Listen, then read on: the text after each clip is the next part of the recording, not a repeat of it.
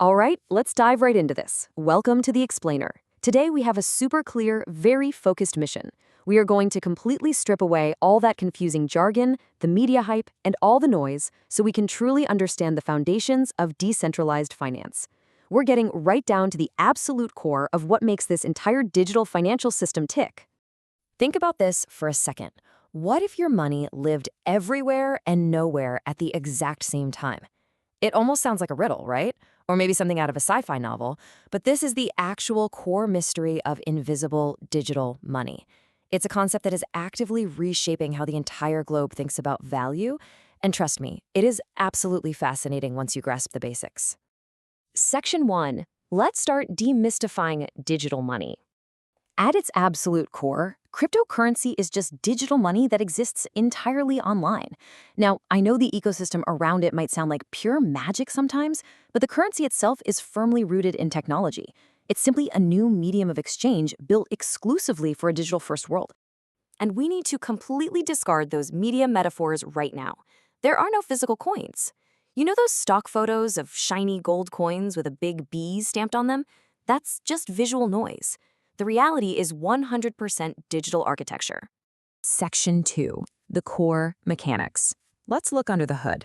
This entire ecosystem rests on three main pillars. First, it's decentralized. Second, it utilizes blockchain technology. And third, it's secured by cryptography. So let's break these down. First step, decentralization. Think of a centralized traditional bank or government. That's a single entity holding all the cards, making all the rules.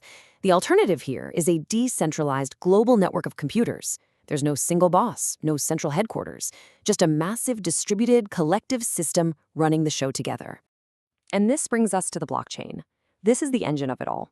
A blockchain is a public, totally transparent ledger where all transactions are recorded. And here is the kicker. Nobody can tamper with them. Think of it like an unhackable, permanent global spreadsheet. Everyone on the network can see it, but absolutely no one can alter it once a transaction is locked in. It's really a masterpiece of technological trust.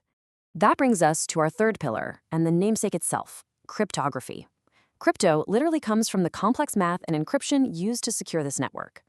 Now, I know, it honestly sounds like something straight out of a high-stakes spy movie, doesn't it?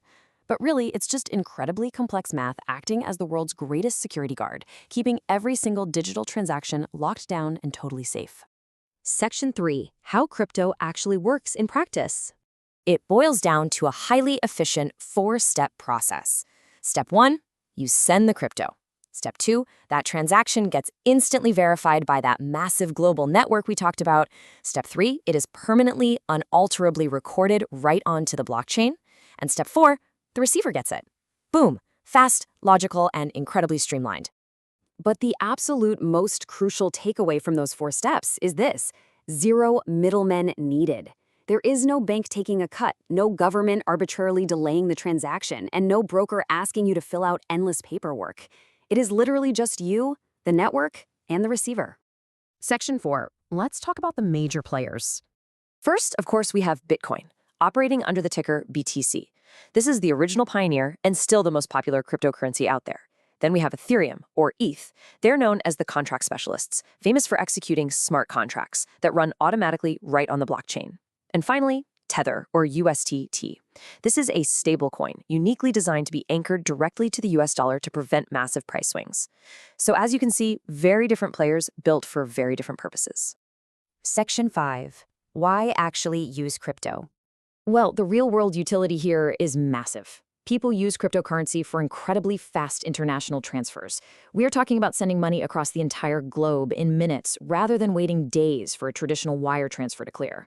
They use it because there are no bank fees constantly eating into their hard-earned funds. People also deeply value the financial privacy that this decentralized network offers. And, for sure, many individuals use it as a modern vehicle for investment and trading. Ultimately, it represents speed, massive savings, personal privacy, and real financial opportunity. And that brings us to a pretty massive final thought. If no middleman is needed, what exactly is the future of traditional banking?